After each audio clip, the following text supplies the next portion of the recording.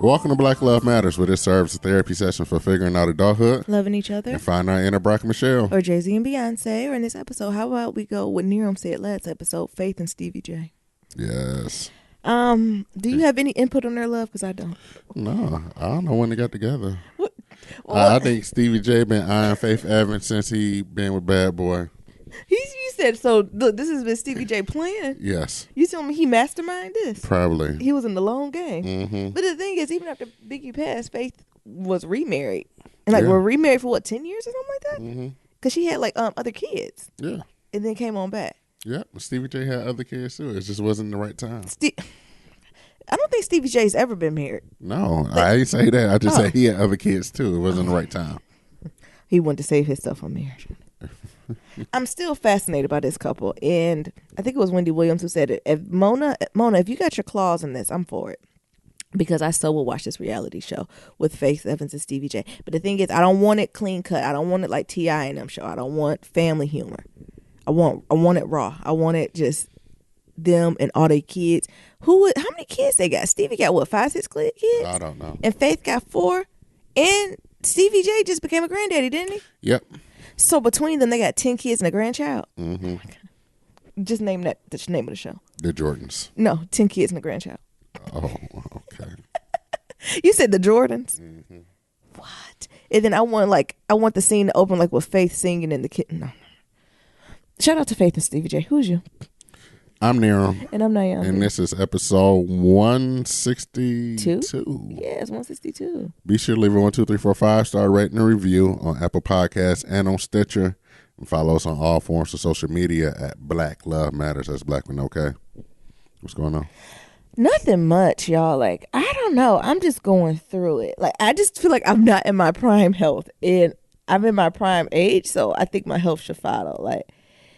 I don't know. My period is kicking my butt. My head is foggy. I'm nauseous. I don't know what's going on with me. And it's not a good look at all. I don't have any energy. Well, most ladies, when flow, when you're on your period, whenever that stuff comes on, right, you tired, but you're able to create your concoction of Aleve, Tylenol, anti-bloat, diuretics, whatever you put together, and you're able to roll. But for the last 6 or 7 months, I have not been able to find my appropriate combination. And I've just been dead to the bed and dead to the world. And even so, my symptoms have completely changed. I used to just have really bad cramps and, maybe be angry or moody and go about my business. But now, child, I'm mentally foggy. Don't ask me any critical thinking questions. Don't ask me to move quicker than a tortoise. I'm nauseous. It's crazy to the point where I got to go see about somebody about this. I got to go see about the doctor to be like, child, this shit ain't normal. What is going on? And I know I'm getting older, but I didn't expect the symptoms to get worse. I expected them actually to get better because my AIDS is getting old. What old AIDS got to do with anything? I'm thinking, old AIDS, I thought it would be a little bit easier, right? I thought when you're younger, it gets crazy. But the older I'm getting, I'm like, what the fuck is going on? And it's just not me. I feel constantly dehydrated. I don't know. I just do not feel like myself. And on top of that, this is the weekend we have to move all our stuff to our permanent housing. And the house is a mess. I have no vision. But the difference is I don't care. Before I was really adamant about finding my bliss in my home, but fine. I don't care if anything matches. I don't care. To the point where me and Nerum always laugh about this and going back and forth. Me and Nerum have very different styles and very different ways in which we go about stuff. To the point where I would consider myself a minimalist and Nerum is a maximist. And I was really trying to get to the point where we were minimalist and embracing that. The things that we use is just very, I don't know, multi-use. We don't need 1,000 towels. We don't need 1,000 sheets. We don't just streamline. I'm not even there no more. And also I was trying to get to the point in the house. How some people have stuff just out at the house? I wanted things away. I wanted you to almost come in the house and be like, it seems empty in here.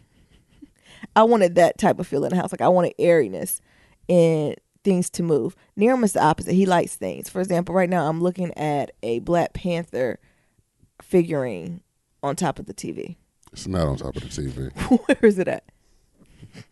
And that's in the past, that would drive me crazy. But I don't care if he wants to display it like it's Toys R Us. It just fine. And it's just Shade is real. and I have no energy to move forward. Y'all understand? Near like things like simple things like perfume, all that stuff is put up for me. Nerum is like the perfume case at Macy's. Like you might as well just come to my bathroom and get samples. That's a lie. It'd be in my bedroom. Well, fine. In the closet. Nobody comes in my closet. So Okay. why does it matter if they're all lying? Oh, it doesn't. Did you just hear my first statement? Mm-hmm. Like, I just don't care. Long as it's clean and I have a place to sit, that's all that matters. And that's not me. I really just need like 2 to 3 days off to do nothing. Because the thing is, sometimes when I have days off, I'm doing other things. Like, I just need a couple days just to do nothing. Other things, my nails are cracked. Like, I don't know. You're not taking care of yourself. I get my hair done in a week. I'm kind of excited about that. I hope they don't fuck that up. But if they do, that's fine. I guess I'll wear a bun. Like, I'm just at a very neutral, don't care point. We were supposed to do our weekend check-in. Well, you know, what is this, the second or third quarter of the year now? Second quarter? Second quarter. You know, for our goals, see how we're going. We're going to do that next week with Nia. So maybe that, after that, some real talk during that, I'll get myself back together. But I just feel all over the place. Is there anything I can do to help you? I don't know. Maybe make sure some of these boxes, like, just make sure shit not stacked up to the ceiling. Like, you know, because it gets to the point where I feel like I can't breathe. When stuff gets so cluttered and there's so much stuff going on, I can't breathe and I just shut down. Mm-hmm. And I just find when I get where I can't breathe and I shut down, I just find a little area and I barrel in, and that's just where I stay. Do you find that to be healthy? No, it's not healthy. Neil, what's your check-in? I was trying to unpack this. Well, what would you like to unpack about it? Because I'm probably in my most transparent moment. What? So what would you like to do? You just like throw away some stuff? What'd you say? What would you like to do? The thing is, maybe I'm just not good at this. I'm not good at I want to create a calming and peaceful space, and I don't think I know how to do that. Okay. So what does that look like? No clutter. Everything has its space. Everything has its place. Mm-hmm. Clean. Comfortable. Our couch is comfortable. I would argue against that too. You don't think our couch is comfortable? Like, not having our stuff out here, shit look different. So you want to call bankruptcy? And Like, start everything over? around, I'm like, everything around me reminds me of white ass New England in bad times, and I want to burn it all. But I'm not in a financial place to do it. Better put a sheet over this shit. I don't want any of it. Mm-hmm. But you know, I'm not in that place for it. Well, I think that's more or less what it is that you look at everything and everything reminds you of white ass New England. Yeah. And I'm like, oh, I'm over this, honey. I And don't you want feel any some of this. type of way about that. Yeah, I don't want any of this. But that's okay. Okay. Anything else you would like to unpack? No. Yep, your chicken ears. See, I be over here just talking to myself. If I don't be talking near me, you ain't gonna talk to me. No. I'm just saying, like, you can give me a chance to think. All right, no problem. Go near. So I'm still, I'm on the mend, but I'm still sick. And somebody else reached out to me and said, yeah, they seem like they had the same like summer flu and they ain't get shit from the doctor. What the fuck is up with that? I mean, but even in flu season, you don't get nothing except a note to say you got the flu. Like, what do you really get when you get the flu? A shot, Tamiflu. You don't get the flu shot. Like, that's pre. Well, what the fuck is Tamiflu? I think that you only get Tamiflu within a couple days. Well, I went there in a couple days. Oh, and they said we all out. And give me Out of shit. stock. So I know I ain't the only one. They got this summer flu shit, and niggas talking about it ain't flu season. Well, what the fuck I got then? And Mucinex ain't cutting it no more. Come on. I done doubled it up. I done tripled it up. I done took more than what the box say. I always take more than about to say. I don't know why Near follow those guidelines. Because I don't want to overdose. Oh, OD. Mucinex? Yeah. Bye, my nigga. Shit. Bye. You OD on Mucinex to get you the shits. Bye. Yeah, that's the goal. No. It's time for you to get old school, because that's all Mucinex is. Y'all know Mucinex is just castor oil. Mucinex, Mucinex just pulls the mucus out of you through your shit. You know, that's all it you eat does. too much of that, you'll fuck around and have diarrhea for 5 days straight. Actually, that's all you need is a cleanse. Why don't you get some castor oil and some magnesium and pull that on out of you? No, I'd rather just take some zinc pills. Okay. And some vitamin C. Well, we'll see you next week with this coat. Yeah. I see how you like to wish it upon me. Not wishing. Oh, what you doing there? I'm just giving you nothing. What else is your check-in? Other than that, we still moving. I think the move is going all right, but it's just a lot of things going on. Y'all niggas open y'all third eyes for us. What do you mean? I didn't say the move was going bad. Mm-hmm. Who said it was? I'm just saying you don't like nothing here. I don't even know if you like the place. What does that mean? Don't. Like, I did the best I could. I know. I just feel like you don't like the place. You don't like none of our stuff here from white ass New England. I think you're just completely unhappy about anything, and Oh my God, he tried me. I think it's hard for me to find a solution as a man. Ooh. It's a little emasculating to not be able to find a solution for his woman when she's in disdain. That's very Cancer of you to flip that to make this about you. It's very Leo of you to put it out to say it was Cancer of me. Jesus, look at him. And it's the beginning of Leo season. Is it? Yep. Oh, okay. We got some pillow talk. What else? What the fuck was that? What? That's what I got. What type of Mona Scott plot line did you just leave there and not going to address? What? What the Mona Scott was that? The fuck are you talking about, Nero? You're not going to leave that there. Leave what? It's all the listeners on Shout Out Friday. They're going to be like, if you go to episode 162, 11 minutes and 32 seconds, we would like y'all to unpack that. Hell no. Shady as our listeners are. The hell are you talking about? Well, Nero? they can be shady. What are you talking about? Sometimes the best response is none. And you look them, it'd be voicemails. They're like, we'll just play the voicemail back. We would like y'all to elaborate on this piece you were saying right here. Could you do that for the Black love community? No, but it is. It's like, I don't know what I can do to make you happy, and it don't seem like you have a solution to make yourself happy either. I didn't say I was sad. Well, you have something. I'm full of joy. That's a lie. Yes, I am. Happiness is a fleeting emotion. Joy is something that's sustained. Well, you have disdain. You right now are very insatiable. I guess that's the word I'm looking for. Is that the word I'm looking for? I don't know. Insatiable? Insatiable. I thought that's means, something that can't be fulfilled. Yes, Oh. that's what you are. Mm-hmm. Insatiable. I think that's what's called. Let me look it up. I think you're saying it with a little bit of an accent, but I know what I know where you're getting at. Meaning. Yeah. What you say? Are you looking it up? Yes, I am. What is this? Yep.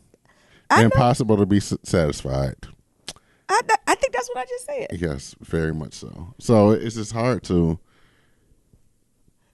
help when nothing satisfies you.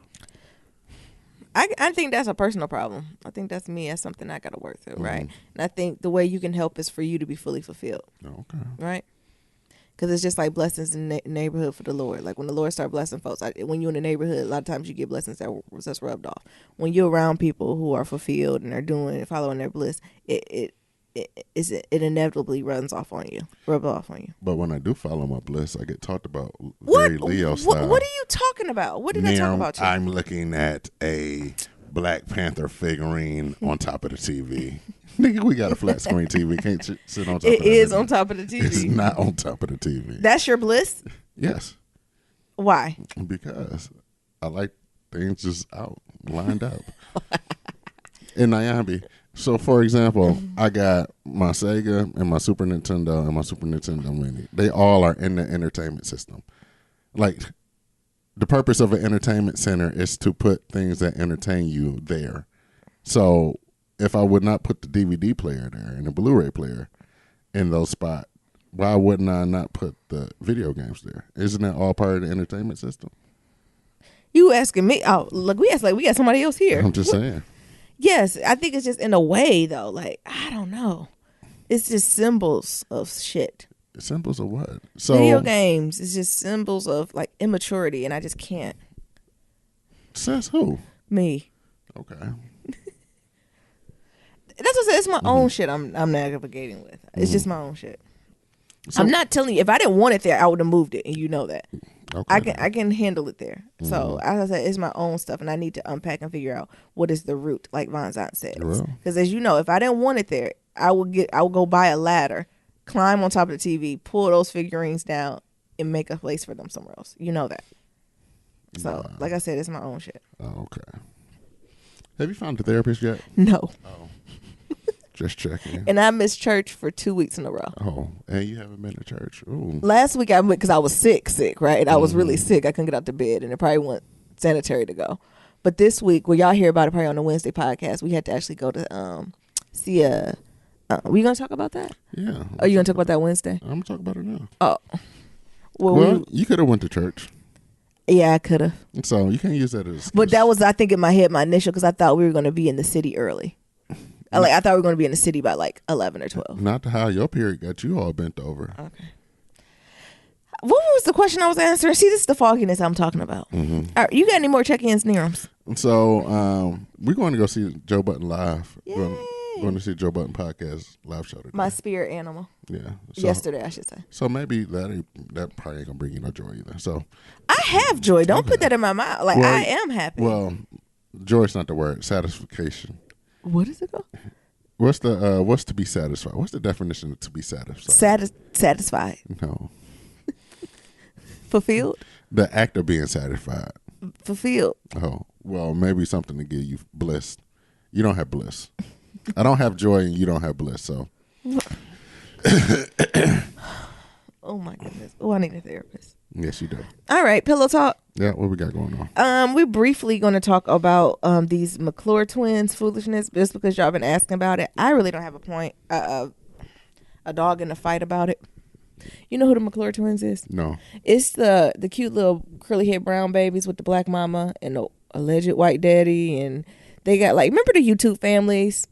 That's what I would describe them as. You know, the YouTube families that blog and just do videos. I don't watch any of those. So okay, but I'm asking you, do you know what it is? I know of YouTube families. So that's basically what these are. And you know, for y'all who don't know, YouTube families, they like go along and vlog their day. They'll show you what they packing for their kids for lunch. Sometimes the mom's dad do workout and they'll build shit with wood and just shit like that, right? Their everyday life. It's basically what? Daily Davidson? Yeah, something like that.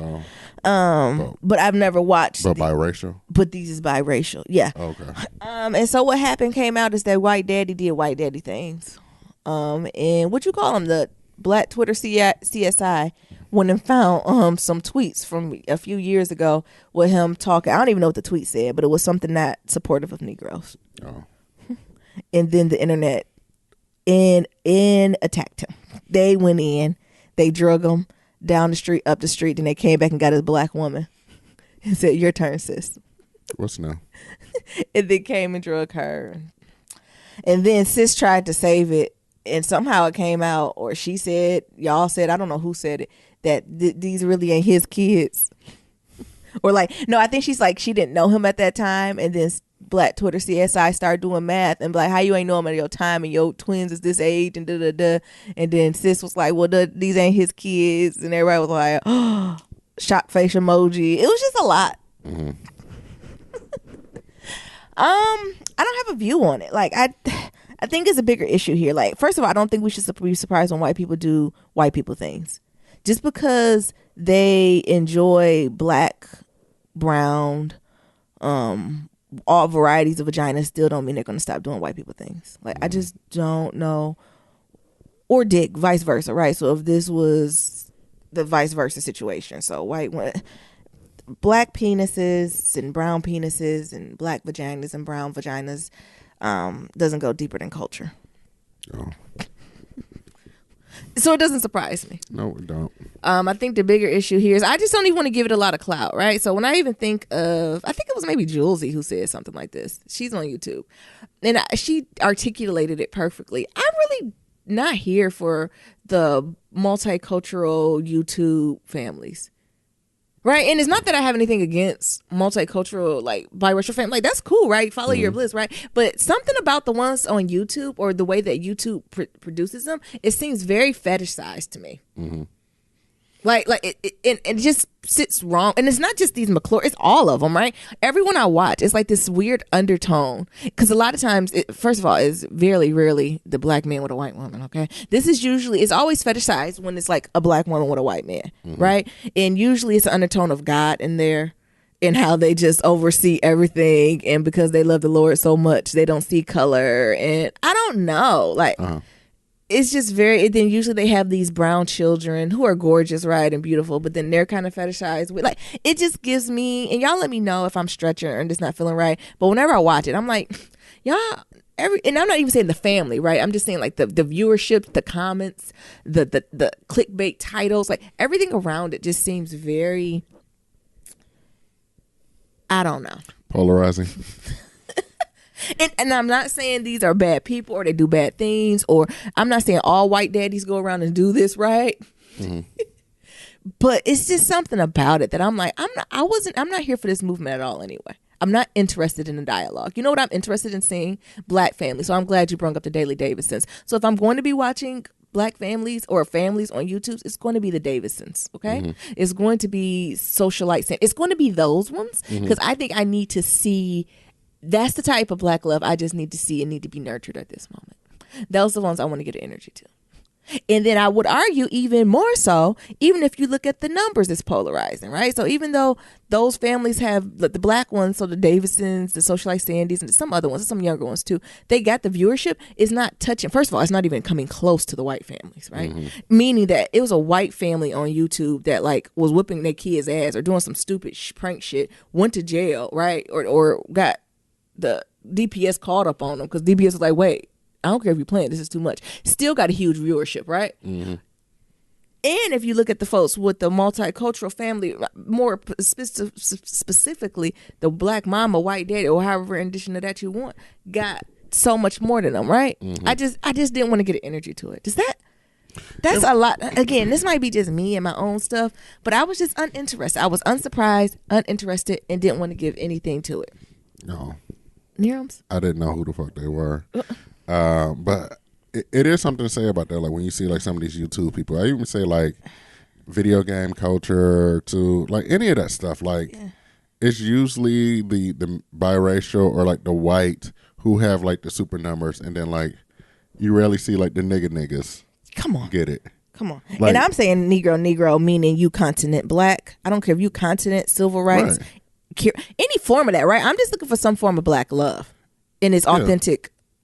But I would say YouTube across the board. Yeah. Like when I even look at, for example, like album reviews or song reviews, like everybody got like their like first response, like, oh, Drake got a nice whoop for what come out. Let me hear. Yeah. Let me look at people's responses and shit. Yeah. Like the niggas compared to the biracials compared to the whites. Did he say the biracials? I'm just saying. Multi-ethnic, biracials, the whites. Yeah. Everybody can get it. Like the numbers are never equal across the board. And I would say some of the nigga shit is way more funnier, and the niggas be a lot more talented. Oh my God, it is. Than the other nigga. And then there are other motherfuckers. Yeah, I agree. So I think it's just a discrepancy across the board, and it's very polarizing, and it's very polarizing to see this, mixed couple, I don't know, biracial couple, whatever it is, but who cares? Like it was one of the things. Who cares? Like who cares, sis? He's a white man. What do you think? Yeah. Secondly, sis, I want to pull her side on behalf of the blacks. Sis, you ain't had to tell the whole world that might not be your kid's dad, father. That ain't their business. That ain't their business. And if that's the only proof you got, Jesus, to say that you didn't know that nigga before then, you got more issues to work through. Exactly. Like this is the thing, and then I'm sure he gave a half-ass apology somewhere somehow, right? But the thing is, he ain't owe nobody apology but his black ass wife and them kids that he adopted. Come on, shit. Not near the way he done adopted them. But I think I seen a picture that said I adopted these kids or some shit like that. Like them, the only ones he owed an apology to. Mm-hmm. And I don't know. I just wasn't here for it. It just did surprise me. Let's call a spade a spade. Everybody who've ever been on this internet shit for the longest, everybody got some suspect shit. Y'all niggas better get to scrubbing them Twitter accounts. Y'all niggas, y'all know y'all got some misogynistic, homophobic shit on there. Get to scrubbing them. Y'all whites, y'all know y'all got some racist, homophobic, misogynistic undertones. Shit on there. Scrub. Undertone shit. Scrub it. But y'all let me know. Like everybody got some shit on. But don't get me wrong, I'm not coming to his rescue. I'm indifferent. Hell, I would say even listen to some of the beginnings, the first episodes of Black Love Matters. Oh, our shit was even fucking rough. So I don't give a fuck. I don't care. Fuck this white man. Fuck that couple. Near him, not the kids though. I ain't say the kids. I just said fuck the white man and fuck the couple. Yeah, the couple. Y'all need to go do some healing. What was a few episodes I said we're in the need of healing. Mm-hmm. The need to do some healing so those the other babies can live their life. But y'all asked for this feedback because I wasn't gonna bring it up. I still don't know who the fuck they are. But I do think it ties into it's just some type of weird fetishism we have with these It's really weird. I'm telling you, it's very It's aligning polarizing, with whiteness. especially. It's just weird. And I think that's a bigger. It's a different issue in subject. itself. That's why I said I think I pulled the subject from this, but it's something else going on, y'all, in our culture that we need to unpack and process and digest. That I don't think it's just what this white man did to his family. Like, fine, like I said, the only one he owed an apology to was his damn family. I believe. No, but I do think it's a larger thing and how everything goes back to whiteness. Like even think about like me interviewing and like going through all these interviews and using these dog whistle buzzwords and shit like that. Like somebody's like, well, you sound very scrappy, and our team might be very needed of somebody scrappy, and it's like scrappy means what? Like for me. That is the key word they love out here. Huh? Right. Like, we're not even using on the East Coast. Like, I feel like if you use the word scrappy in an interview, people will be like, what does that mean? Right. And me, I'm like, I got hustle. Like, I don't know. Hustle is the real scrappy. But it's just all these words that align to like whiteness. Like, even like, very scrappy in your professionalness. Like, well, how can you be both? Because I'm a firm believer that when people say you need to work on being professionalism, I think professionalism isn't aligned with passive aggressiveness. I think passive aggressiveness is aligned with whiteness. Mm-hmm. So therefore, when people are like, I need you to be more professional or you need to be more professionally groomed, I think it says you need to be more white. Yeah. Whenever I hear people say that, that's exactly what I hear. Because I think, just thinking about that, one of my least favorite interview questions is, tell me a time where you had a situation with someone and you handled it. And it's always like, I'm always the type of nigga, I'm handling shit head on. Yeah. What the fuck I'm going to supervisor for? Yeah, and that's the thing, right? So in the workplace, it's more professional that if you have something going on with someone, right, that you send an email, and when you send the email, you copy your supervisor, and you copy all these people, and you write this long-ass email about everything except what you're supposed to talk about, right? Mm-hmm. That's fucking passive-aggressive. Right. Compared to, say, if Keisha or Tyrone wouldn't even copy first of all, ain't gonna be no email. No. I'm gonna walk to your fucking cubicle. Right. And I'm gonna say, hey, what's going on, blah, blah, blah. But that's seen as being very assertive, right? Not being a team player, not one, y'all know the words, the feeling, all that stuff. I ain't gonna be at the cubicle. I'm gonna say, let's go for a walk. Yeah. Let's go have lunch off campus. Yeah.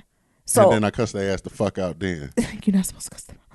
But having a more direct conversation is something that brown people, people from different ethnicities, from lower socioeconomic, right? Because that's just, you didn't have a choice, right? You didn't have the resources to go around and copy and paste people in. Like, when you got issues with folks in your family or brothers and sisters, you go tell your black mama, they be like, well, why don't you go tell them? Right. Right? Compared to white mama want to have a team huddle and shit. Right. Right. So it's just back to our upbringing. And when you translate that to the workplace, that happens. Right. And then that's seen as something that's not being professional. It's seen as unpolished.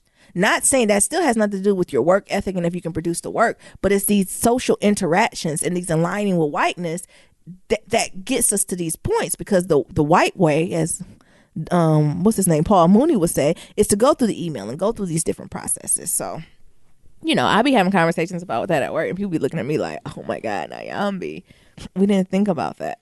They be looking at me Nyambi like her ass is just I tell people in a minute that when you say things like professionalism and stuff like that, you have to be careful because that can align well. And you know what? I don't even say whiteness. You know what I say? What? White supremacy. And they look at me like, oh, bitch. Because what you going now let's have it. Because when whiteness, right, they feel like that's an attack, right? So I say white supremacy. Yeah. And because nobody want to be aligned with what? White supremacy. And I say white supremacy is grounded on, passiveness and passive aggressiveness and all those types of things. We done got into a different conversation. Yeah. But I definitely think that's something. And to survive, to be these black unicorns in these realms, you have to master passive aggressiveness. You have to master white supremacy, right? So that's when you talk about, as a person of color, this is how we participate in it. Right, mm-hmm. Because we know the game, we participate in it, so we're participating in the upholding of white supremacy. Child, don't get me to preaching. I don't. So that's how you, as a black, participate. Mm-hmm. I'm sorry. Where are we at now? That's that flow talking. That's that period talking. When that period gets to talking, I be gone. You want to talk about power? Oh yeah, it's the big rich world. Town. It's getting good. Power is getting It good. only took 4 episodes for it to Because pick up. the first episode had me, the two in between, like they were all right. I ain't gonna lie, I'm a stand for Courtney Kemp, so she gets a lot of passes. So episode 2 and 3 was a pass, but sis, you came back and redeemed yourself for episode 4. Episode 4 had a lot of shit going on. Episode 4 had me like, hit it again, repeat. Maybe because again, I think the themes align what's going on in my life, and this is how you know when you're getting grown. They got grown. The thing about Power, they show grown people issues, and that's what it is. Go ahead, Nero. You want to start talking about some of it? Spoiler alert. 5, 4, 3, 2, What is this countdown for? 1. For the niggas that be talking about we don't give them warnings about spoilers and shit. So niggas, I done gave y'all some time so you can fast forward. Press the 15-second fast forward. Shit. Nigga. What's wrong with us? Our energy. Maybe we ain't saged this house good. Oh, we didn't sage. Oh Lord. We got that residue from the previous people. Hell, we couldn't find this age. Sure Told you couldn't. Go buy some. Anyways, I don't even know where the hell to start. It was a lot of shit going on. It was a lot of moving pieces. Even if you don't want to say maybe maybe even talk about the themes that came out. You don't have to talk about the whole episode. Well, I'm just gonna start backwards and how James and Angela about to get back together, And then how the waitress was like, y'all know what y'all want. and then they Did you say they fucked? No. Ain't nobody have sex. no, I said about to say freeze frame to them, to them looking at each other. And sis was like, I just want to know if y'all want some coffee or some cupcakes. Why is there never nobody in the restaurants? What? Okay, any movie? Exactly. Show me where those restaurants at, because it's always a wait when I go home. Right. So I think that's real right now. Or the thing is how they're both at their lowest. So Tasha saying kick rods. Valdez, they coming at her at all ends. There's so many people coming at her that I'm not a fan of her, but I gotta say, shit, can a bitch breathe? She got everybody from the Mexican cartel to her colleagues. Everybody coming for her. So, like I said, I'm working backwards because we just watched it, so I'm thinking about everything that's recently said. So yeah, Angela got old girl. She got all types of shit. Like she got that Nyambi meme where the numbers and shit floating in the sky. She over here putting shit together, and they got lines and strings to everybody.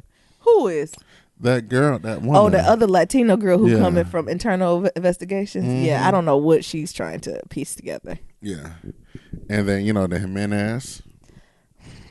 They coming after her. I thought Tommy put a bomb on that plane because I thought when Tommy was looking in the depths through the gate, like nobody can see his like bright ass. Knowing he glowing in the dark, he's glowing in the day. He's so pale. And that loud ass car he got. Loud car, dark clothes. I'm like, how did they not see you from a mile away? I thought he was gonna drive away and the airplane was gonna blow. Just up. as people of color, they should have been like, "What's that smell? White privilege in the air? Where's Tommy?" I feel like as people of color, we can smell white privilege away. What's that? Smells like white privilege. So now the new problem looks like Lorenz Tate going to get killed. Yeah. So I now like to retake my vote back. Drake can live. No, Drake still got to die. No, Drake can live, right? Because I really don't think he realized. I think he's being young and dumb. Remember, I was saying like I can forgive young and dumb, but old and stupid I can't. I can forgive Drake because I think he's being young and dumb. I really don't think he wants all of this. I really don't. But he do want this shit. I don't, Nero. He do. I think this has just became a snowball where it's like, shit, this is where I'm at. No, everybody always has the aspiration to be the motherfucking boss. And when fucking Ghost took his ass under the wing, he said, "I need to figure out how to beat Ghost." So he want this shit. Yes, he want it. But definition of a boss, I don't think he meant like this. That's what I'm saying. He wanted to own a couple clubs. On an Escalade in a weekend home. This girl said Escalade. That was his idea of a boss, because I think he didn't realize how deep Ghost was in this until you start peeling back them layers, right? He just thought he was used to be a dope boy, owned some clubs, got a decent family, right? Living both sides of the track. I think that is what he thought Ghost was. And then you start realizing he done made deals with the devil, Donald Trump, and everybody else. And everybody don't want to be on that. That's what I'm saying. But Lorenz Tate has to die. I'm not here for him. Like, He's just as crooked. Maybe, and that's maybe what Courtney Kemp is trying to say. We looking at the dope boys and the Mexican cartel and all that, right? But these politicians It's just as dirty. Just as dirty. Just as dirty too. Flint still ain't got clean drinking water. Oh my God. Jesus. Hell, our elections has done been rigged for I don't know how many decades. I'm not gonna say years, honey, because this is just Russia just got and y'all knows we ain't talk about 45. I got to definitely be in the right mind frame to talk about our government and drag their ass. But for them just to get this comfortable to do all this stuff explicitly, they've been doing this for decades. What you talking about? They talking about Putin ass about to come to DC and shit. What you mean about to? I'm sure he's here, staying in the Lincoln bedroom. Oh, what the fuck? Back to power. What else is going on? Tasha finally about to leave. They're about to go with Lawyer Bay. She need to leave him. She need to just leave all niggas and bitches alone. Can we talk about how this baby done grown? We ain't see this baby. What is that child name? I don't know. I don't even know their third child name. Let's call her Kayla. It might have been better if they killed that one. The baby, because we weren't, because we ain't seen her ass since season 1. It might have been good, well, she was a damn baby. Maybe Tasha was out walking or something and like friendly fire instead of Raina. I don't know. So when they showed the baby, I had to pause the TV show. Nero talking about, who is that? Who the fuck is that? Because the last time I seen the baby, it was a baby. Nero think the baby should only be 6 months old. Right. I'm assuming Power takes place in years. Now the baby's the same age as Raina. Each. I'm assuming the show takes place in years. Like each show runs a span of a year to 2 years, right? And so each episode? No, each season. Oh. So this is the 5th season. So I would say we anywhere between 5 and 7 years from when we first started. Like I said, that baby's the same age as Raina now. It makes me want to go back and watch the first episode to be like, what was the goal? I don't know. Go what? Because Nayabi asked somebody, I ain't never seen the baby. I noticed this season though. I see you, Courtney. Y'all trying to address the child a lot more than y'all ever did. That baby is like Family Matters when that girl never came back downstairs. Because even things where Tasha was like, I got the baby laying down. I said, that's a grown woman. I don't know. She laying down. So we're not going to address that baby that never came back downstairs on Family Matters. No, I don't know what happened to her. Who else were we talking about? Kanan doing Kanan things. I was still on Tasha. Oh, stirring up the pot. I was going to say Tasha's the perfect example of sometimes you need alone time. I don't think she needs a new boo. I don't think she needs friends influence. I don't think she needs mama influence. I think she just need to be alone with her and her children. And she's going to have to go to DeVry and get a skill set. Like, all that needs to be redone. She needs to be like that meme, that black girl with them packages talking about leaving stress and hate behind and stepping into 2019. That needs to be Tasha's thing. Oh. Like, I need her to go get a skill set and just to separate herself from this, because she's always leaning on someone, right? I don't think she trusts that she's strong enough by herself. Well, Tasha was supposed to be allegedly getting an accounting degree, but then she got Where pregnant. You see that? That's what she was talking about. Hold on, are you talking about when them twins was born? Yeah. You talking about some shit that happened 15 years? Well, she was talking about, well, I was in college getting a degree. That degree is null and void. Because, Tasha was doing all the ghost taxes and shit. Tasha the tax woman. You're not going to have me doing this. Because she was doing Keisha's taxes too. I'm not doing that. But I do think Tasha needs to find her own without a man, without a support network, right? I think she underestimates herself. I think she doesn't rely on her own wherewithal, and that's what I would like Tasha to see, to do, right? Because I think it's always someone. It's either Ghost, it's Tommy, it's Keisha, it's it's Lawyer Bay. Like, it's always someone that she's leaning on is not the word, but almost running shit by, or like, do you know what I'm saying? Like, I don't think that's needed. I think she just needs to do her. And her going to this, I guess, from a penthouse to the 13th floor to 14th floor apartment to help. Yeah. But sis, you're gonna have to get a skill, because someone's going to jail. Or somebody gonna lose money. Something gonna happen. Somebody else getting killed. Yeah, I'm calling Tommy. You think Tommy gonna get killed? Absolutely. And Ghost gonna lose everything? Yes. Because the thing is, you got to think, like, how else he gonna keep the show going? So is this the last season? I know. Is this the last season? I thought this was the last season. No. Well, Tommy they ain't dying there. I'm saying Tommy ain't gonna die. Ghost ain't gonna die. Dre ain't gonna die. Maybe Ghost will die. I mean, no. Kanan. Kanan might die because he didn't came back from the depths of hell and shit, from the fire and shit. Yeah. So he might try to get killed off again, and 50 Cent go do an album, and then he come back again like a ghost. Oh my But Tommy, Lorenz Tate gotta die though. yeah, he's very slimy, and I'm not here for him at all. Who you think gonna kill Teresi? Tommy's daddy. Nope, his woman Connie. You think the cancer bang gonna kill Absolutely, because she was having that conversation with him like, so you a rat? You a snitch ass nigga now. She gonna do it. You ain't gotta worry about the rest of you. Ain't gotta worry about the fucking family because Tommy crazy than a motherfucker. He gonna come for you. Right? Mm-hmm. So I don't know. But the thing, speaking of Tommy, it was funny what Kane and 50 Cent said. You know, you got to watch Tommy now. He got a new daddy. That's worse than a puppy. I know, right? Come on. Yeah, Tommy is he's definitely a Cancer. Right. He leads with his heart. Hold on, whoa. Yeah, like he follows his heart. Why he can't be a Leo? No, because fuck that. No. Because a Leo, because this shit don't add up. Like, I don't think my mama or daddy could be in jail for that long and set up the person who protected me, then come out and tell me, oh, I ain't mean that, now we friends. Fuck you and that. Well, you had a Desi and he pissed all over the place and tried to bite you. I consider that the same thing. He got sent back, didn't he? Yeah, that's after you find out. But who sent the orders down? Me. Yeah, okay. Come on. But the Tommy, he follows his heart way too much. That's what's gonna get him caught up. And his daddy is gonna abuse the privilege, but I don't think daddy gonna make it either. Who gonna be the new after them Jimenez get down? Because I feel like the Jimenez is not going any fucking where. Did you see that sister? She gonna kill that brother. Yeah. The Mexican cartel's not going fuck. The Mexican cartel is like the Black Lives Matter movement. You can't kill a movement. Somebody will step up. What? Why are you laughing, Nero? Can't kill a movement. You can't kill the movement. You can kill people and leaders, but you can't kill the movement. And the Mexican cartel is a movement. And Sis ain't going down without a fight. Sis is going to go down like Cleo from Set It Off. They're going to have to put all types of grounds up in her for her to die. That sister is cutthroat. And I'm actually liking seeing like what it is to see the women in control. Mm-hmm. Because I think sometimes women get the rap that, oh, we can't, and she like, I ain't for, she done got in jail talking about, go ahead and put his ass in jail. He a problem. Mm-hmm. Come on. But no, I ain't worried about the Mexican cartel, right? They might sleep for a minute, but they ain't going nowhere long. I don't believe that. No.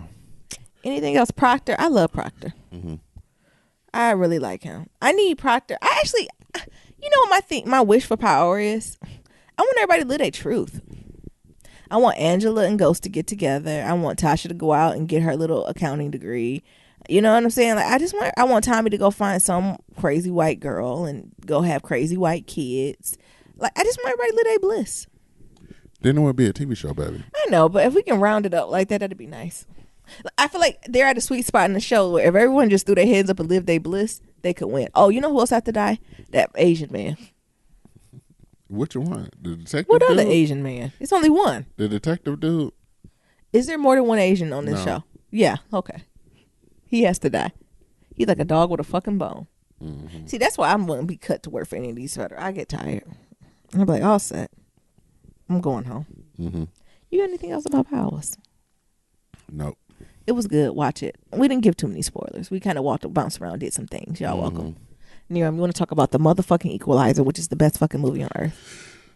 The movie of 2018 is the motherfucking goes to Equalizer. Spoiler alert, niggas. 5, 4, 3, 2, 1. The Equalizer is the shit. Go ahead. Go ahead. Denzel Washington. I can't even get it. Denzel Washington, Antoine Fuqua. Goats. Black Panther. Who? What? The Equalizer is the shit. I don't even know what else to say. The dialogue. No, first of all, I knew it was going to be the shit from the opening scene where he looks like an older Malcolm X. I said, is this Malcolm X part 2? Is this Malcolm X ... What if? Like, what is this? Because he got the beard. He's giving me Muslim realness. Mm-hmm. From that, right? I knew it was going to be serious business. When I tell y'all, Denzel has perfected this game of acting. This nigga can act. Y'all niggas don't know what acting is. Sure don't. Y'all don't know what it is. Y'all don't understand the levels. Denzel had a diet. We're not even going to tell the plot. I don't think we shouldn't, because I want y'all niggas to go see it. I'm going to tell you some of my favorite parts. There is a dialogue in here, probably about 43 minutes in, where Denzel gives the most sickening reading rendition of his life. He's talking with this young boy. He caught up in the game and he want to go get him. Like an old black man went to go get him. It's time to go get your monkey ass. Time to go. And he got him out there, and the boy like, why you doing that? You know who they is? Blah blah blah. Denzel said, do you know who the fuck I am? Right? And he had this whole thing like, you know, they liars, blah blah blah. Do you hear me? Like, I'm trying to help you, my nigga. Right. Da, da, da, da. And at the end, the boy was like, all right. And then what he did, classic toxic black daddy behavior, grabbed him. Well, you know how I told you they was a liar? Guess what? I'm a motherfucking liar too, motherfucker nigga. And he went ham on him. But the dialogue ended, because I don't want to give it away, with him saying, you don't know what death is. You don't know what death is, you little nigga. You're living like you're dead. You have no idea what the fuck death is, what it smells like, tastes like, feels like, bitch. I say, Jesus. He yoked him up where you can see the spit. Excuse me. I'm getting out of myself. Jumping from Denzel's mouth to the tip of this motherfucking nose. At the point at the end, I wanted to throw my icy at the screen and say, Den fucking Zales, Washingtons. And some white people had the nerve to walk out. I don't know if they want to go to the movie theater. They might have to just go to the bathroom. I don't give a fuck. You don't leave out that. For this greatness. Shit. Sit down. Shit. You pee on yourself. That's what you do. Denzel is giving a fucking dialogue here. Denzel gave the dialogue of the century. Denzel was fighting in that motherfucker. Denzel is our black superhero. I need to equalize. Old man fighting too. Old man fighting. Realistic fighting. No hopping around. This nigga was just like. He just hit he was him like in your moving throat. hands and shit. You know, old man Blocking. strength. He was blocking them and hitting them in the throats. Oh my I God. remember when I was 14, 15, and I got in a tip between a 50-year-old What? and that old man strength came. I feel like that's the fuck was happening with them dudes. Hold on. What is a tiff with a 50-year-old? Where was your mama and your daddy? Did they know about this? Tell that story. No. What happened, Neil? I think we was driving in the car, so I had to be about 15, 16. Yeah. And we was driving in the car, and, you know, I had the sounds. I had an 86 Caprice Classic. Yeah. 20s, all that shit. And we was in the car. We was loud and shit like this. And this old-ass nigga out his car was like, y'all niggas need to chill the fuck down. Y'all young boys don't know what the fuck going on. Yeah. So, you know, I went ahead and I stepped to that nigga. He equalized. He equalized my ass. What did he do, Daryl? Why are you fighting people? Like, you know, he ain't knocked me. hit you. But we was tussling, and I was thinking to myself, this nigga got some old man strength. He's strong as hell. I ain't expect this old ass nigga to be this strong, because I'm like, you know, I was playing on the football team. I'm lifting weights and shit. Yeah. And this nigga, I don't know what the fuck it was. I was breathing a little heavy afterwards. And he ain't break a sweat. He just walked away. How did y'all end the fight? Because I had pushed his ass, and then, you know, he grabbed me and shit, and I'm tussling with him and shit like that. And none of us threw a punch yet, but we just tussling. Yeah. And then, you know, eventually like just pushed off each other and shit like that. And I looked at his ass, and he looked at me and he said, y'all better get the fuck on, because I got a peacekeeper for your punk ass. Meanwhile, none of your friends helped? I can't remember who was in the car. And I said, that nigga got some old man strength. That's what Denzel was in the Equalizer. That's what you get. Like, this nigga got some old You man lucky he ain't strength. know your parents. That's what they do back in the day, right? Like, they would step. But, I mean, the difference is, you know, these niggas out here be killing guns and shooting people, right? I think he knew you wouldn't want to be carrying them, right? That's different. But the Equalizer was just so good. And it was themes of, like, family, themes of that military. You know, a theme that I want to unpack a little bit. I don't know if we got folks in the military that listen to us, but maybe y'all can too. But it was this idea of, like, in the military, people are trained killers, right? You know, of course, I know it's, you know, allegedly. Fuck that. These are niggas are killing machines. Ain't no allegedly to Team it. build, you know, family, right? But if we get to basics, right? Because if you get to basics with my degree, it's administration. Like, that's what I can do, right? I can do it to a variety of different organizations. It may look different, period. But my training is to do, like, operations type stuff, right? But if you get to the Army, and these high-level Army folks, they train to kill, to hunt, and to kill. Like, I think about the team. What was it? Team 2? Like, who that killed, is what basics, right? Like, I think about the team that went in and killed Bin Laden. And the thing about it that I never thought about. I just assumed they was already taken care of. When we're in peacetime, I know it's hard to even think about that now, right? But eventually we're going to get there. We're going to get air quote peacetime where it's not as, much stuff going on. What do these people then go do? Because they ain't got no other skills but to kill. Or better yet, when they hit retirement age, when they hit diesel equalizer, what they supposed to just go work at Walmart as a greeter? They supposed to just work security and kill somebody? Like, what they supposed to do? And like that movie kind of raised the bar to say, yeah, because some of them, like, not to hate on the government, they ain't giving them the benefits they deserve, right? They not getting the type of benefits where they can just go be like Denzel and go read every book ever written, because that's probably what they need to come down off of what they just did for the last 20 years. Right?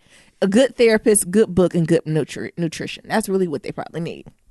But they don't do that. For a lot of times, they have to have some type of supplementary job or income to balance out. Right. And what do we expect them to go do? Well, they try to get a normal 9 to 5, that ain't gonna work. And so what they do instead, they go private. And who knows what happened in that private black dark web net, right?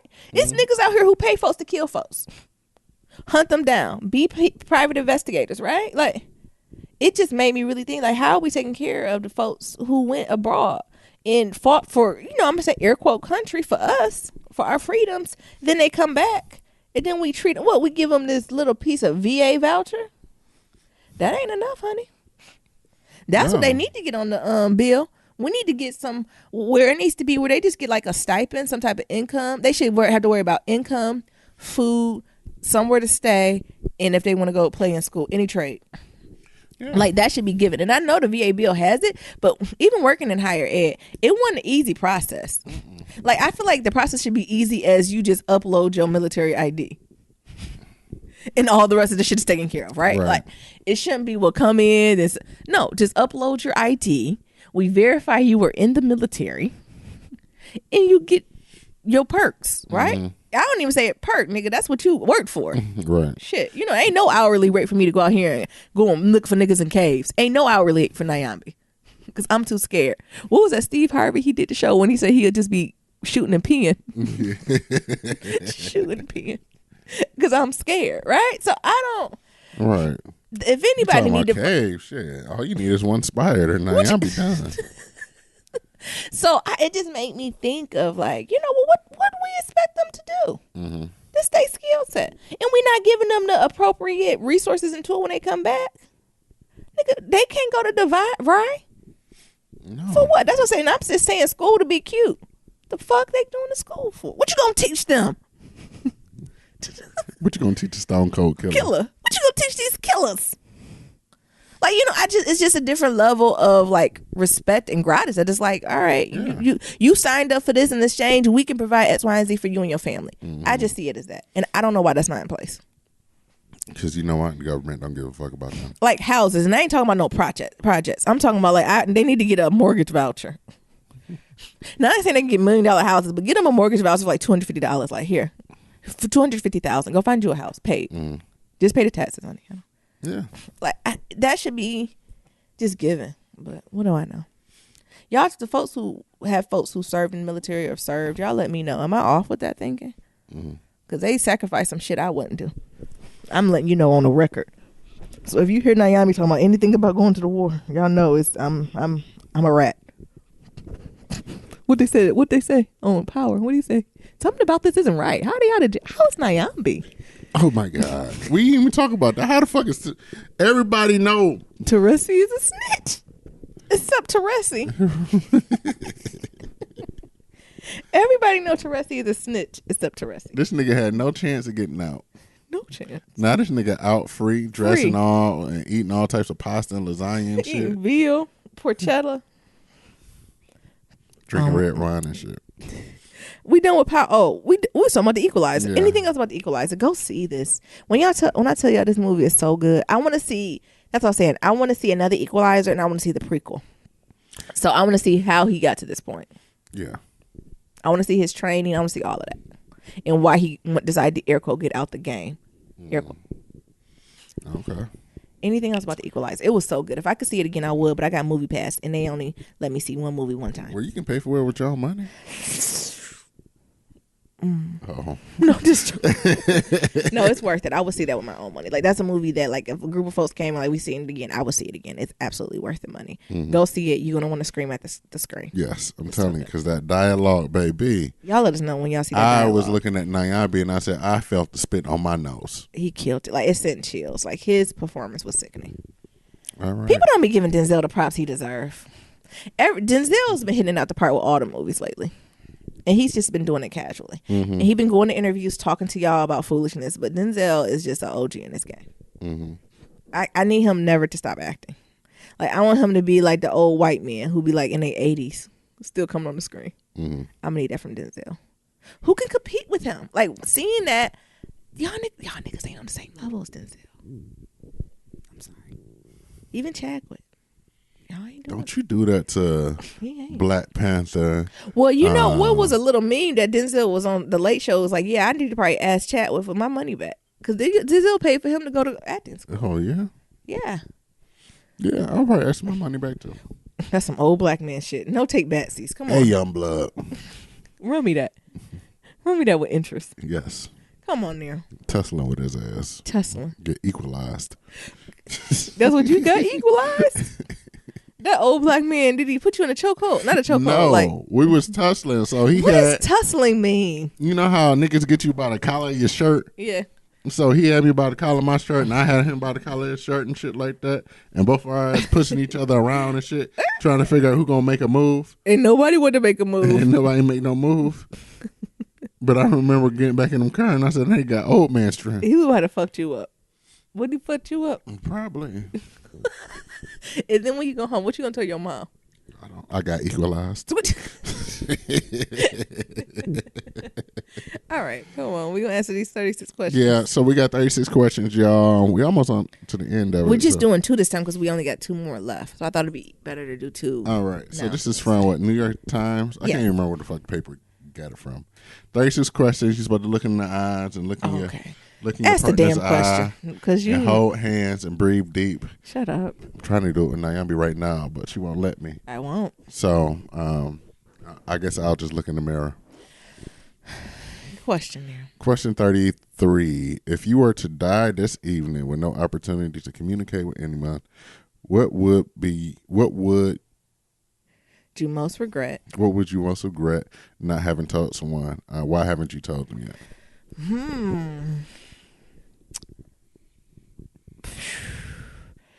Regret is a hard word. I don't know if I have any regrets, but things I wish I would have did more often is stuff that, I think everyone did. Like, calling parents and grandparents more to say, but I think I do this a lot. Like, I always tell everyone that I love them. So I know, but almost like a more for real, like, nah, for real. I really love you on some.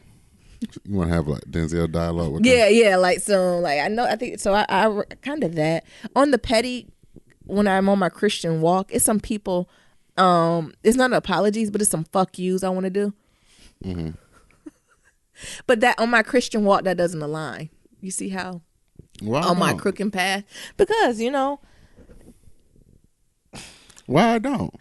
Because it's petty, right? If I'm supposed to be living Christ-like, it's about forgiveness. It's about moving forward. It's about not holding animosity. It's about if God can forgive you thousands of times over and over and over again, why can't I forgive folks for shit? That nigga was petty. He came to a party, ain't anybody had no, and they ran out of wine. That nigga said, "Fuck it, I'll turn some water to some wine in this bitch." How's that petty? That's him being great. No, because he's like, these punk ass niggas ain't got enough wine for me. Oh, you saying he pulling like my mama? Yeah. I don't know how to entertain. Right. Jesus, y'all niggas don't know how to entertain, so I had to go to the liquor store get my own shit. You silly. I had to create it. No, but I think that's a separate walk, but I think it's just more reiterating the folks that I really care about to be like, no, I'm for real. Like, and maybe love is not the word, right? Because I think they know I love them, but maybe having more pointed conversations with folks to say, I think of the help. You are kind. You are beautiful. You are smart. Like, do you almost telling people like, do you know how amazing you are? Because I think everyone that I love, they know I love them. Like, that's not something. Even if we mad at each other, folks be like, oh no, I know she still loves me, right? So I think I'm really good at that.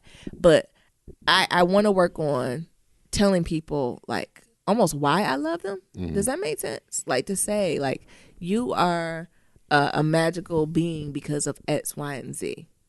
And I see this, and I just want you to know this is what I see in you. Mm-hmm. Right? Like almost like I see the God in you almost to people. Like I wish I can do that and do that in a heartfelt fashion to say, this is what it is. Right? Because I think it's more so because you don't know what folks going through.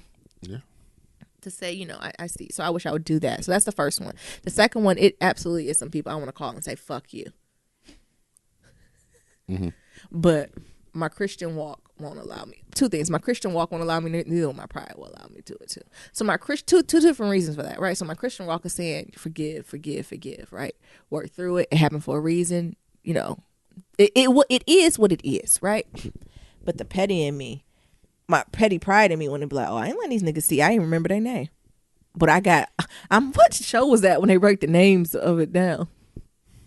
Was that Game of Thrones? Game of Thrones. I wrote the names of all my enemies down. I need to burn that book. Like I feel like I mentally have done that. I wrote the names of all the people who have ever fucked me over, and there's a book. And I need to burn the book. So the Christian walk in me is saying, burn the book. It's too much weight. It's holding you back. And I think I've burned a lot of pages. Like if I had to put a percentage on it, I probably burned 80% of that book in the names, right? You think so? Yes. Oh, okay. Because I had a big book. But it's a clean 20% that I ripped off and ate it. Oh. You know, It ain't burned. you know you ate the paper. Mm-hmm. We ain't gonna burn or put it in my back pocket. You know you pull out 2 pages. Mm-hmm. These 2 pages we ain't burning. That I need to work to pull out and set a flame. Mm-hmm. Or maybe I need to not burn it. Maybe that's not the right metaphor. Release to the ocean. Release to the nethers. To the whatever happens. So those are the 2 things. That's 3 things really. That's what I would say. But no, I don't have any regrets. Like, oh, I wish. You know, some people some folks live life, and I didn't realize this was real. I thought this was just on TV. Like people go without telling folks they love them or I'm sorry. Like that's not something I really have trouble dealing with. Like I say I'm probably sorry too quick and too much. And I say I love you too quick and too much too, probably. Like those are not my issues. That's my Leo energy too, though. Like I tell, even when I get off phone with friends, I'm like, oh, I love you. Neil even knows this. Like when I talk to everyone, if you call me on the phone, you're probably going to get I love you. Yeah. Probably is. To the point where my friends just say it to me first, right? Mm-hmm. Like even in here, I'm like, oh, I love you. Like, what? Mm-hmm. This is just what I do, right? Yeah. So I never had a problem. Like I'm not gonna have a problem when I'm on my deathbed, like, oh, so and so didn't know how I feel. But it is a couple fucks you. It's a couple fuck yous that I did not fully execute to the limit that I wanted to, and I really want to. Interesting. What you think? Neil don't like that. Does that surprise you, Neil? Or no? No, don't surprise me. Yeah, but the other stuff, nah. Loving, forgiving. Like I'm quick to say I'm sorry. Even if sometimes I'm like, I don't know if I should be 100% sorry, but to move this forward in life, sure, I am sorry, and I be sincere about it. Like I don't just give fake shit, right? If I'm saying I mean it, I am sorry.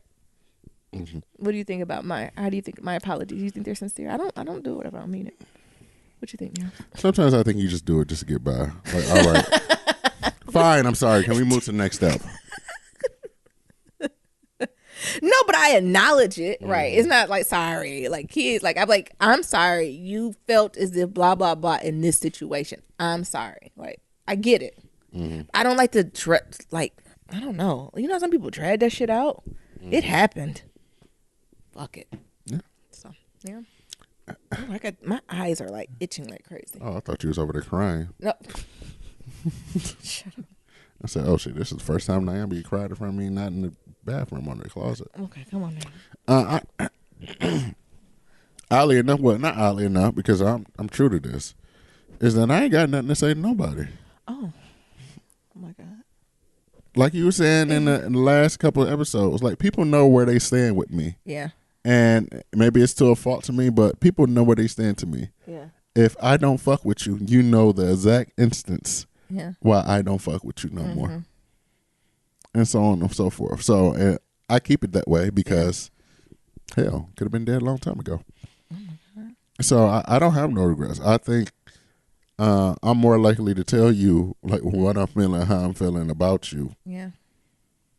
You know, on any day or when that happens. to a fault where Nyambi was looking at me. You know how Nyambi's talking about how she be having those conversations with you afterwards. Now, Darren, why the fuck you say that to them? Because that's how the fuck I felt. But why did you have to say it that way? Yes, I did, because I want them to know the aptitude to my problem with them. Because Nero be blindsided. The thing is, Nero don't even give me no heads up. And I'm not a good liar. So I'll be in the middle like, well, no, maybe we should just head on out. That's usually when Naomi tried to, let's leave. You know, now we're good one. I don't think we should be friends anymore because I feel like this is very one-sided. And every time I come with you and beat with you, it's always something that you look forward to get out of me.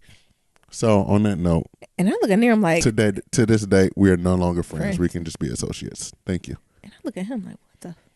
Was that necessary? And then Nyambi say, Nero, why you fucking say that right there? And then Nyambi be trying to clean it up. Well, you know, it's a lot of things going on in the Nero and Nyambi household. You know, he just moved out here and you know, he's still looking for a job. No, it ain't no motherfucking job. That's how I feel about that nigga.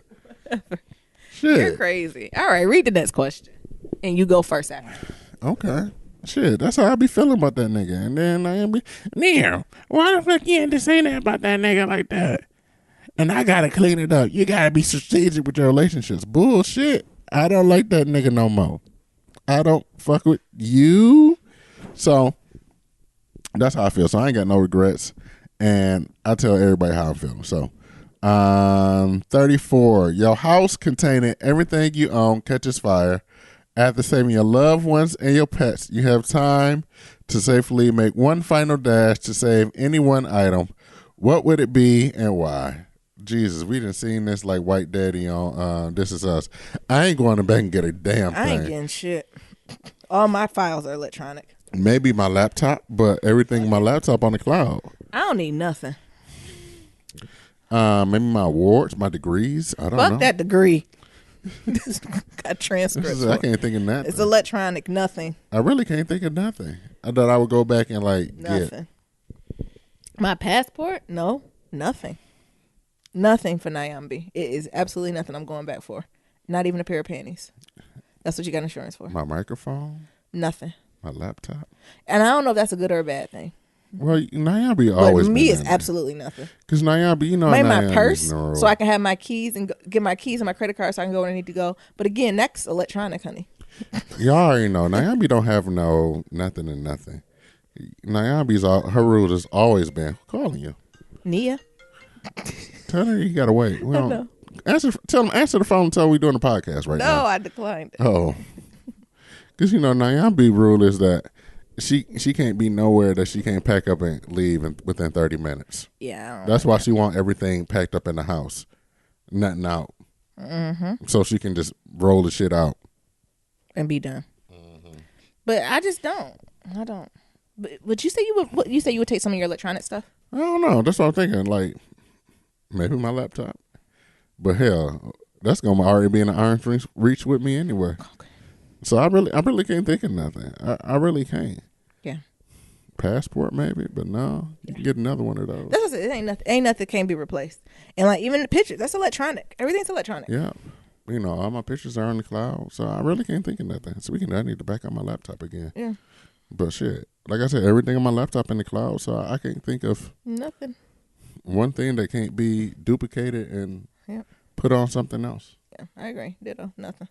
I'm just getting out the house. Y'all see me running, you better come on. Shit. We gonna do a pillow talk? Yeah, we got a kitchen table talk. Kitchen table talk. Yeah. This is from... yeah, why don't you go ahead and read it? From, not this past Friday, the previous shout-out Friday. From J.E., right? Am I saying that right? J.E.? Oh, what did I say? I said J.E. He's using J.E. J. It says, hey, Niram and Nyambi, I'm 26 years old, and I've been in a 3-year, this July will be our 4th year, long-term relationship. Last May, I went to visit my boyfriend. We call him T, for Labor Day weekend. While we went out to eat with his guy friend, we'll call him Lee, his cousin, and other female friend I've never met before. The dinner was nice until I noticed 20 minutes into dinner, he and the female friend started flirting with each other. I didn't say anything at dinner, but I did bring it to his attention when we got home. He brushed it off like I was delusional. He said that he was going to call Lee and ask Lee if he thought he was flirting. He was really bothered. It really bothered me and hurt me because I was telling him how I felt that he never did acknowledge my feelings. I didn't bring it back up because the past few weeks he's been running a campaign.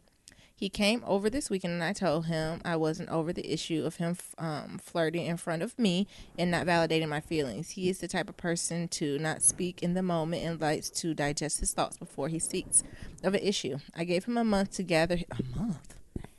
Shit, I can barely get 48 hours That's or 2 hours long. from Nayabi. Shit. Exactly. I thought you were going to say a day. God damn. I gave him a month to gather Shit, his thoughts. I wish I had a month to gather my thoughts. And to apologize, but he never came around to it. We got into a disagreement when I brought the issue up again. In the conversation, he left me feeling like I was being delusional and if I was in the wrong for feeling like this.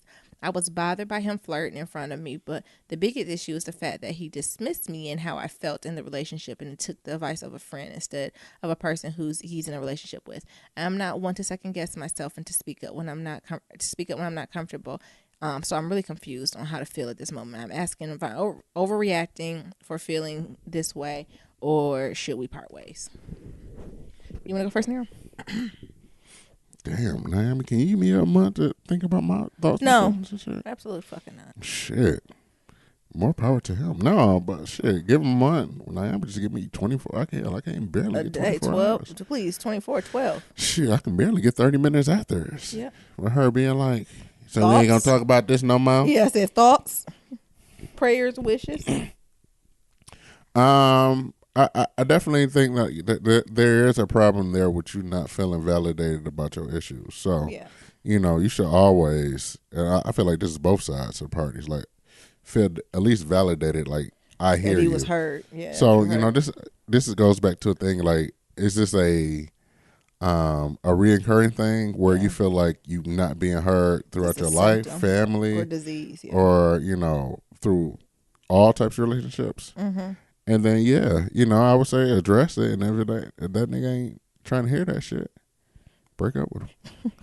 From our the thought leaders of podcasting, Yeah. Kid Fury and Crystal. Yeah. Break up with them. Don't tell folks to break up, folks.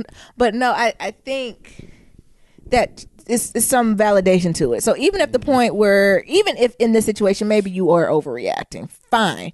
But in a relationship, you sign up to be heard and validated by a partner. Mm-hmm. Right. So even if the end he came out and was like, I think you might have been reaching on this, but I hear you, I see you, that's the issue I have with, not necessarily the flirting, unless the flirting has been happening in other instances. So if this is the first time in the 3-4 years, probably let it go, right? But what I didn't like is that he didn't affirm your feelings, right? Or validate them, or acknowledge it to be like, you the one, right? Something to say, you crazy, of course not, right? That's what I would be worried about, because you don't want to make a trend out of that. And that's what I would keep it addressed as. Right? Yeah, so maybe not the other person, like that's addressing the symptom, not the disease. The disease is not feeling heard in a relationship, and how you prioritize that, how that's a value of yours when you're in a relationship. So maybe reiterating that, because not all relationships value that. So making sure he understands how much you value that. Hell, Naomi barely realize when other people flirt with her. No, flirting doesn't bother me. That's what I said. Sometimes flirting doesn't matter, right? But I don't think even flirting bothers sis either, right? I think the fact that when she brought it to his attention, he was like, "Oh, bye," and he's like, "Wait, I'm talking." Naomi gave her phone number to some dude. Shut up. And he's like, "Oh," and then Naomi's like, "Had to be like, oh, my bad. Like, I didn't know this is what you was talking about. I'm in a human relationship." Well, don't tell the whole story now. Why did this happen? Don't say it like that. But that's how it was. That was the ending. What? Did I tell you that, or how did Yes, you told me, because you was like, I gave my number up to some dude, and then I had to correct him and let him know I was in a relationship. Because I was just being nice, and I didn't know he was coming on to me until like afterwards. He's like, so when we gonna go out? When we gonna chill, hang out? And he's like, well, we gonna grab lunch or whatever. And he's like, I thought we just grabbing lunch, going to Panera. And then it hit me like, oh, he said take you, like I'm gonna take you out. And he's like, no,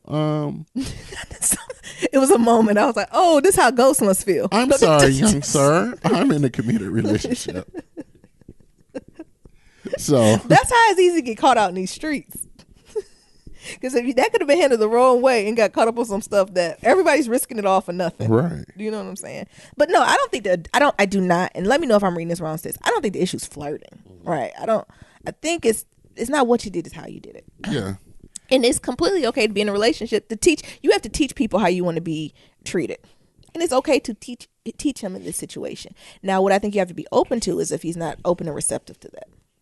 Right. So I think you have to figure out a way to have this conversation without bringing this flirting into it. Right. And you need to ask yourself, has this happened before in this relationship? And if it hasn't, like Niram said, has this happened in like other pieces of your life? And you need to bring him in onto that, right? You need to provide some context for him. Let's say when I feel like I'm not being heard, it's a trigger. Yes. And I'm triggered when that shit happens. And this situation triggered me. Right. So I think that's what the bigger issue is. I don't think it's the flirting. Like, I don't think he's about to leave her for this other person. I don't think that at all.